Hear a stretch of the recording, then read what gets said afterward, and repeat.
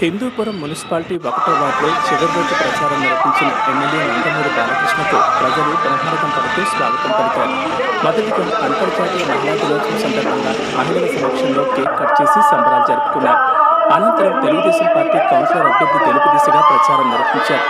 ఈ సందర్భంగా ఎమ్మెల్యే నందమూరి బాలకృష్ణ మాట్లాడుతూ వైసీపీ ప్రభుత్వం అధికారంలో ఉండి ఏం చేసిందో ప్రశ్నించండి, వైసీపీకి ఓటు వేయకపోతే సంక్షేమ పథకాలు తీసేస్తామని బెదిరిస్తున్నారు, ఎవరొక్క సొమ్ము కాదని నిలదీయండి, మీరు కట్టే పనుల ద్వారా సంక్షేమ పథకాలు అందిస్తున్నారని తెలపండి, వైసీపీ ప్రభుత్వం అధికారంలోకి వచ్చి 2 ఏళ్లు గడుస్తున్నప్పటికీ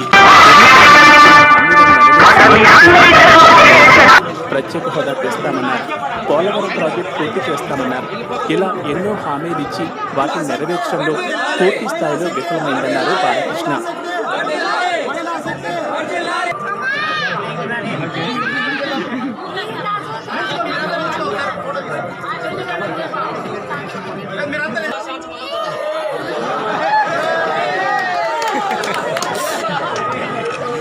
దేశం సైకిల్ గుర్తు కొట్టేస్తే మీ కరెంటు పీకేస్తామను, లేకపోతే మీ పెన్షన్లు పీకేస్తామను, లేకపోతే మీ అమ్మఒడి పీకేస్తామను, లేకపోతే మీ యొక్క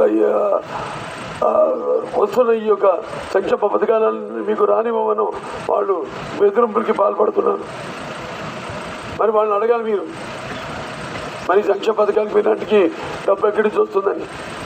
వాళ్ళ అప్పసొప్ప కాదుగా, జేబులోంచి వాళ్ళు తీయట్లేదు, లేకపోతే వాళ్ళు దోచేసిన డబ్బు 43,000 కోట్ల రూపాయలు ధనం దుబ్బేసిన పట్ల మీరు పన్నులు కడితే ఆ పన్నుల్ని సంక్షేమ పథకాలుగా అందిస్తున్నారు ప్రజలకి.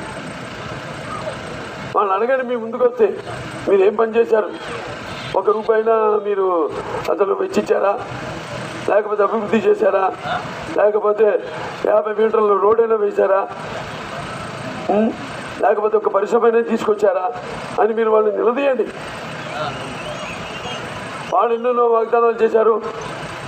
ఈ మన రాష్ట్రానికి ప్రత్యేక హోదా తీసుకొస్తా ఉన్నారు, అలాగే పోలవరం ప్రాజెక్టు పూర్తి చేస్తా ఉన్నారు, మరి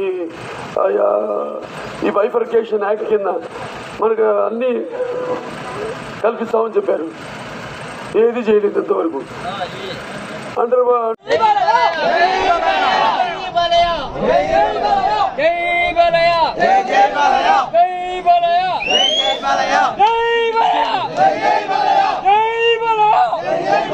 వెంకటేశన్న